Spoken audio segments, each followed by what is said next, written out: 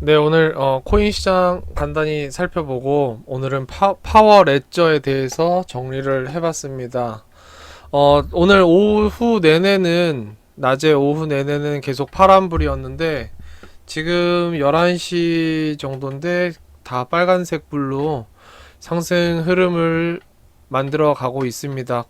비트코인이 업비트 기준으로 6,171만 원, 75만 원까지 올라왔고, 며칠 전에 이제 정리해서 올렸던 폴리곤 관심 있게 볼만하다 그랬었는데, 음봉 나오면서 일단은 좀 다시 보류해야 되겠다 했는데, 지금 폴리곤도 7% 상승을 하면서 좋은 흐름 만들어가고 있습니다. 폴리곤 같은 경우는 지금 양봉이 나오면서 거래량까지 실리면서 단기 이동 평균선 위로 올라선다면은 일단은 단기적으로 상승을 좀 더 예상을 해볼 만하지 않을까, 이렇게 생각이 됩니다.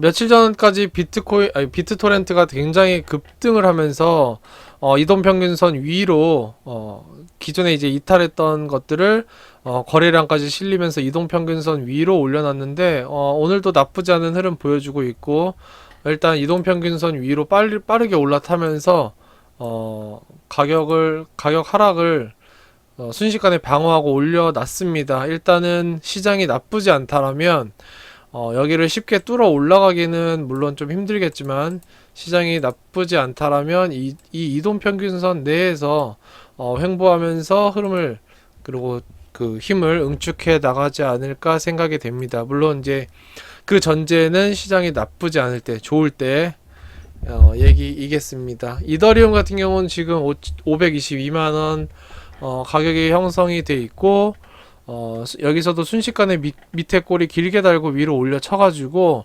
하락 방어를 하고, 지금 바닥을 살짝 단기적으로 바닥 찍고 올라와서 지금 빨간색 60일 이평선 돌파를 시도를 하고 있습니다.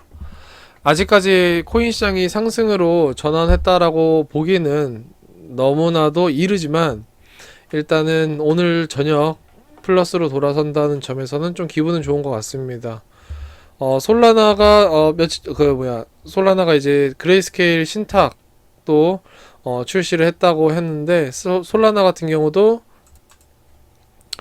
지금 상승을 주고 있는데, 차트상으로는 아직까지는 조금 불안한 흐름이기 때문에 차트만 보고 하는 투자나 그 트레이더라면은 아직은 조금 솔라나를 좀 지켜봐야 되지 않을까 싶고, 일단은 단기적으로 여기가 바닥권이다 라고 생각을 하고, 여기 지지를 받고 올라간다면은 일단은 매수 관점 유지는 괜찮을 것 같습니다만, 이동평균선이 떨어지고 있기 때문에 여기서 올라가다 하더라도 거래량이 실리면서 한 번에 뚫지 않는다면은 그럴 가능성은 낮아 보이고, 보통은 이런 경우에는 때려 맞으면서 횡보하고 그 다음에 시장이 좋아지기 시작하면 같이 반전을 하면서 올라가게 됩니다. 근데 솔라나 같은 경우는 기존의 고점이 이 정도 라인에 있는데, 시장이 회복을 하게 되면 여기서 횡보하다가 시장이 회복해서 올라가게 되면 솔라나 같은 경우는 굉장히 빠른 속도로 40만원 이상까지 치고 올릴 가능성이 저는 높다라고 보고 있습니다. 그래서 솔라나도 관심 갖고 봐야 될 것 같습니다. 올 한 해 도지코인이 굉장히 트위터에서도 탑 10에 들어갈 정도로 많이 언급된, 그리고 구글에서도 많이 언급된 코인이라고 하는데, 도지코인이 영 힘이 없습니다.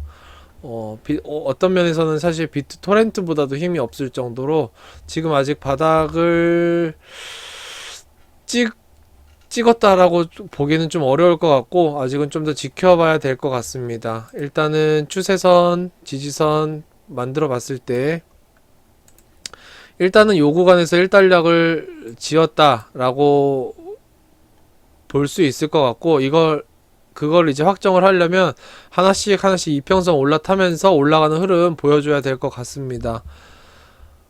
지금 일단 도지코인은 일단 힘이 없으니까 굳이 지금 관심을 가질 필요는 없지 싶습니다. 플레이뎁도 지금 상승 흐름 나오고 있고, 파워레저 같은 경우는 오늘 오전 시장에서 굉장히 힘이 다 파란불이었을 때 유일하게 거의 유일한 몇 개 빨간불 들어왔던 코인 중에 하나였는데 지금도 8% 정도 상승을 하면서 610원의 가격이 형성이 돼 있습니다. 차트상으로도 이평선이 아직 많이 망가졌다라고 보기에는 상대적으로 다른 거에 비해서 좀 많이 망가졌다라고 보기는 어렵고 일단은 이평선 올라타면서 흐름 만들어주면 파워레저도 좀 관심 가져볼 만하지 않을까 이렇게 생각이 됩니다. 거래량이 이렇게 간헐적으로 튀어 올라오면서 소위 말해서 약간의 매집 흔적이 보인다라고도 볼 수 있을 것 같습니다. 파워레저 같은 경우는 시장 상황이나 좀 장이 좋아지거나 파워레저가 아니면 바닥을 찍고 올라가는 흐름 보인다면, 특히 이제 여기 내려오고 있는 이평선이 있는데 여기 뚫고 이렇게 올라가면서 거래량 올라가는 거 보인다면 파워레저는 상당히 좀 가격 펌핑이 나올 가능성도 있지 않나 이렇게 생각이 됩니다. 오늘 파워레저에 대해서 정리를 해봤으니까 파워레저가 어떤 코인인지 한번 정리해보고 넘어가도록 하겠습니다. 제가 정리하는 거는 이제 코인별 어떤 코인인지에 대한 소개나 호재, 테마, 섹터 이런 것들을 보는 거지 지금 관심주로서 추천을 하는 건 아닙니다. 근데 이제 최근에 정리했던 것들 중에서 또 좋은 종목들 관심 갖고 봐야 될 것들이 있으니까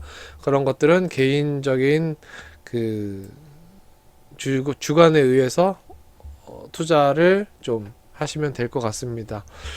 파워레저입니다. 최근에 주식시장이 올해 한 해 친환경, 대체에너지, 재생에너지 관련된 종목들이 굉장히 부상을 했었습니다. 코인 시장에도 파워레저가 친환경 코인으로서 부각이 되면서 더 급등을 만들기도 했는데, 블록체인 기반의 에너지 산업을 위한 암호화폐다라고 일단 정리를 해볼 수 있겠습니다. 재생 가능한 재생에너지를 위한 블록체인 기반의 P2P 거래 코인입니다.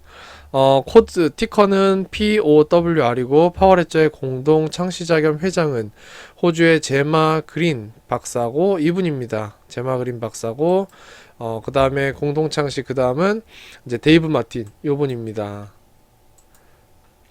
호주 퍼스에서 시작된 프로젝트이고, 개인 간 에너지 거래나 에너지 소비자와 기업 사이에 중개자 없이 에너지를 거래하는 플랫폼 암호화폐입니다.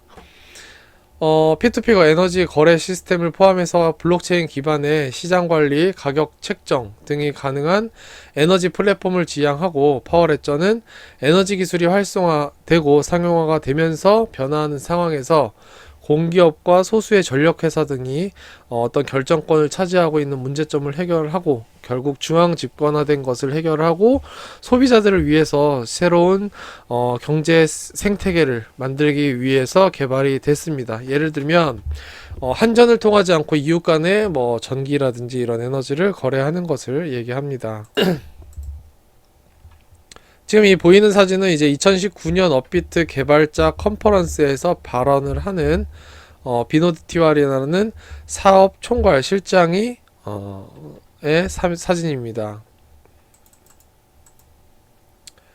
2019년 4월에 그 사진을 보면 파워레저는 서호주 정부의 토지개발업자인 랜드코프와 호주 정부 스마트시티스 이니셔티브와 파트너십을 맺고 100% 신재생 에너지 주가 공간을 발표를 했었습니다.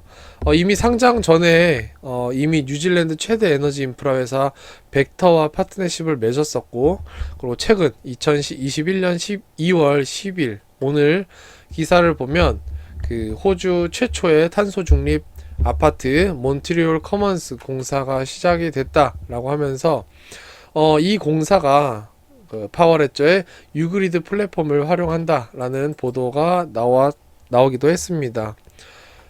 이건 뉴스에서 이제 기사를 그대로 발췌한 겁니다. 2018년에 공동 창시자 데이브 마틴이 얘기한 인터뷰 내용입니다. 사진은 파워레저 홈페이지에서 보면은 클라이언트 보면은